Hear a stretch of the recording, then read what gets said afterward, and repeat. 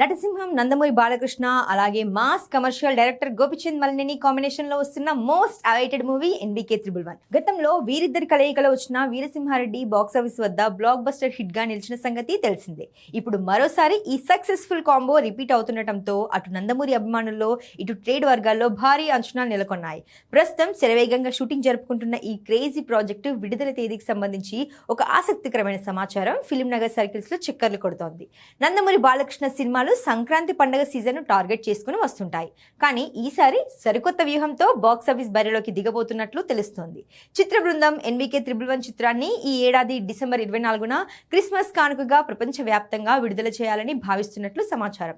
December చివరి వారంలో వరుస సెలవులు ఉండటం ఈ సినిమా వసూళ్లకు పెద్ద ప్లస్ పాయింట్ కానుంది.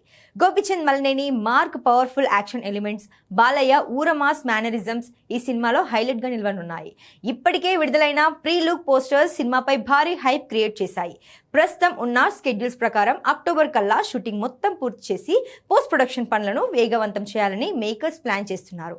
అనుకున్న సమయానికి పనులు పూర్తయితే డిసెంబర్ 24న బాలయ్య బాక్సాఫీస్ వేట మొదలు కావడం ఖాయంగా కనిపిస్తోంది.